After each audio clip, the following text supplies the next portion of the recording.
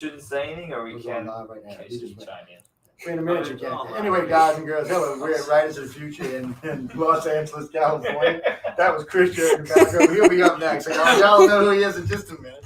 It's no, we're not that formal on these kind of interviews. Those are when we do the others are a little bit more formal than none of these.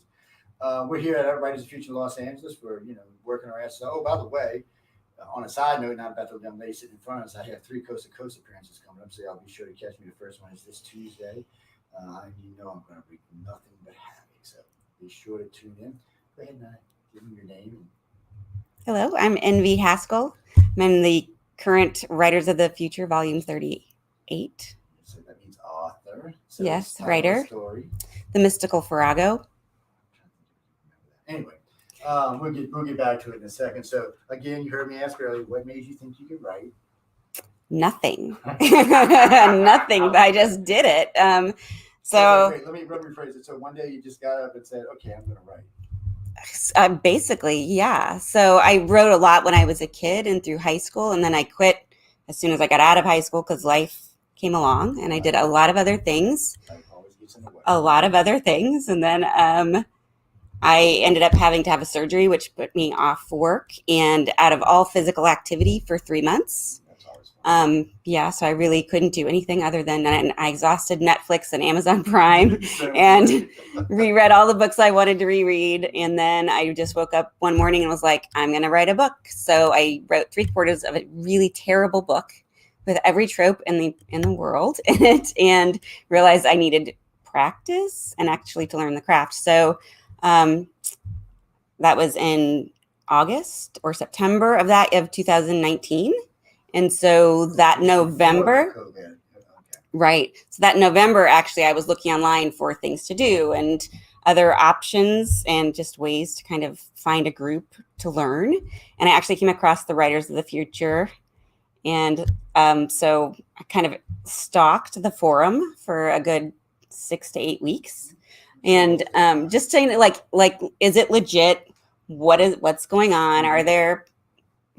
are people normal, or are they kind of odd like me? And then I submitted my first story December 31st of 2019, right before the deadline.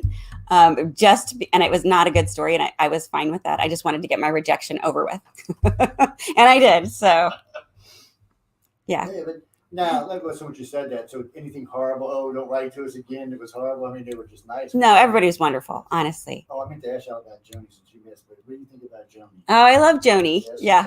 Everybody loves it because she calls it the good news. That tortured the hell out. I asked her for ID coming into the room tonight. She's like, I'm carding you now, baby. Give me your ID. She's a workhorse and a half is what she is. We love her to death. So you've been at Author Services. What do you think about everybody over there? Everybody has been very kind, very professional. They've been really just lovely to work with, honestly, from the emails that I had previously all the way up to the personal experience here. And you met John and Emily. Yeah. Yes. They were so nice to me last year at Author Services, it scared me. I thought something was coming for me, man. I was like, "Ooh, wait, what's happening here?" I'm waiting for someone to jump out of the room.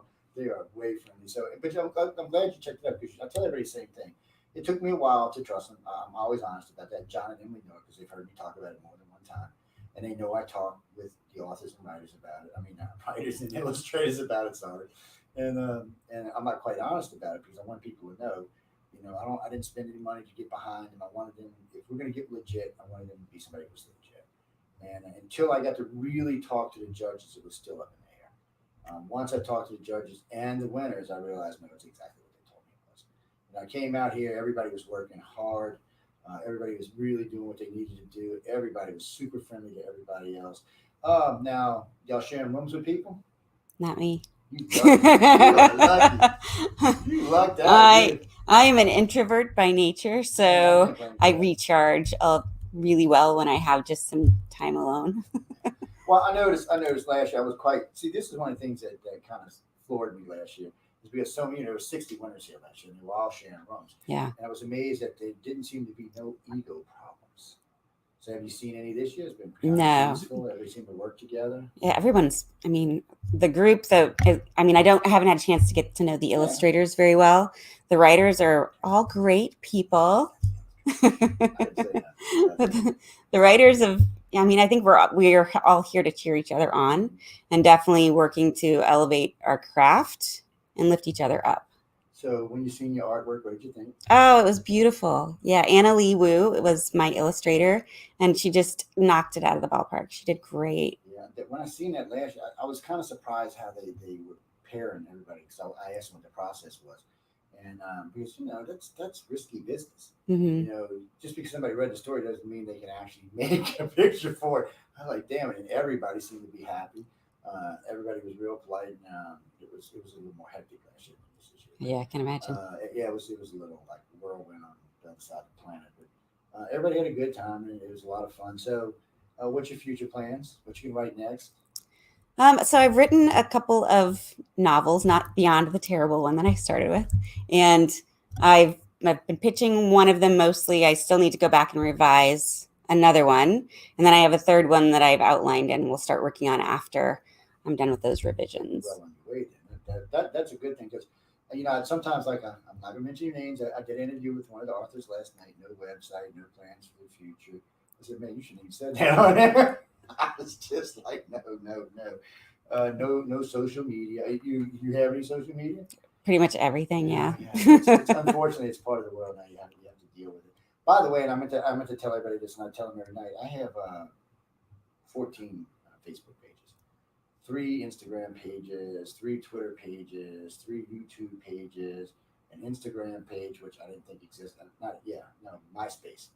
Oh gosh. Yeah, so I thought they were getting It's old school. Actually, yeah, and I have 67,000 followers there because MySpace went from what it used to be with Facebook, so now they do artists. Mm. And that's what they do. It's not like it was before. It's a whole different concept now. And when I seen it, I was like, MySpace, come on, let's get out of here. But I logged in anyway instead of, I had an old account from way back when. Next thing I knew, there's almost 70,000 people on it. And they're following our podcast. So, I've seen books bought from this. It's a strange new world that it still exists. Is Tom still there? I don't know. Most of that stuff is automated. Getting to the point. We have public pages, so y'all are allowed to use them. Mm-hmm. We can post on the pages. Anybody who's been here can post on our pages. The United Public page usually right now, I think it's 67 or 70,000 people on it. You're allowed to post on there. If an admin tells you, just tell them Joe said you had permission from Writers of the Future, and they'll just leave you alone. But it's a great place to sell books. Sometimes I've seen authors sell, like one of the authors last year sold 7,000 books there. One I'm sold one. So I can't tell you what it's going to sell. I can't even tell you why there's such a difference. There just seems to be. But we tell everybody, feel any of our pages you can use. All of them are public pages.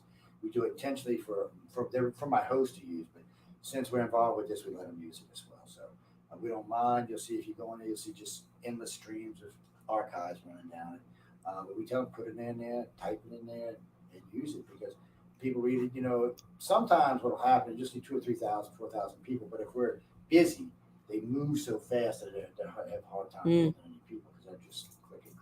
Like tonight, there was 5 live shows tonight, so they're all boom, boom, boom, boom, boom. There was 5 live shows last night, so boom, boom, boom, boom.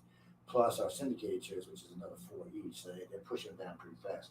But we tell people to use them because it usually takes a day or 2 for them to clear them, and because our listeners know we do that, they go straight down and look because it's moving so fast. So feel free to use them. I mean, that's what they're really for. That we want y'all to use them. John and Emily, I like both of them. Friends of mine now, and in the beginning I thought they were crazy, but we're friends now. Well, John, when he called me, I was just like, really, dude? No. I mean, I was rude to the man. I mean, I'm surprised you talked to me because I can be a rude SOB. And I was like, yeah, come on. I said, so what I got to give you to get my book in? I got to slip you like $500, $1,000. I said, what does blind judge mean? Oh, the girl read it and said, oh, I was blind. I mean, I'm like, what the hell's going on here? So I don't know if it's really blind judge. And when I asked the judges, they were blunt about it. They were, no, we don't know who the hell it is or what it is. And that's nice. Color, sex, creed, anything. I like that. You judge just on the book itself or on your artwork. That is just so nice because it means you won on your own. Yeah. It wasn't nobody helping you out. You won. And that should help your confidence and it should help you move along. But go ahead and tell me a little bit about the story before we get out of here. Okay, so The Mystical Farrago is an odd story, I suppose. It's a fantasy story. It's kind of set in almost a steampunk world. Not our world, obviously, but involving a creature, shall we say, that is fierce but also in danger. So the main character has a lot of secrets that relates them to this creature. So there's the juxtaposition, and they're trying to save this creature. That's cool. That sounds fun. It's most of them I still have in the back of my head somewhere. I had so much jet lag the first night I got it. I was like, I have to remember my own name. I don't usually get jet lag. It's kind of weird.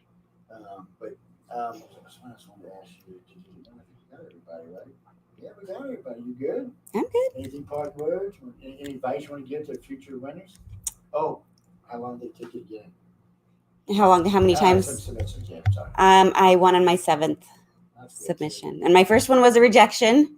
And then I got an honorable mention, a few silvers, another honorable. And then I ended up getting a winner. Last year, 38 and 40. Isn't that, and that's what I was expecting, quite frankly. I expected to be submitting. It's still, and this year I think we have 8 or 9 out of country winners, maybe 10. Mm-hmm. It's been steadily going up for a few years, and they like it, and they have no mind flying your ass over here and taking care of you while you're here. So I thought that was really good of them. Yeah. I'm glad that they actually did this, because eventually, when y'all get rich and famous, you remember me, right now. I want to come stay in your condo. Anyway, it was nice talking to you. Thank you. I'll let you get on out of here. We'll get Mr. Chris up here so we can torture him. Torture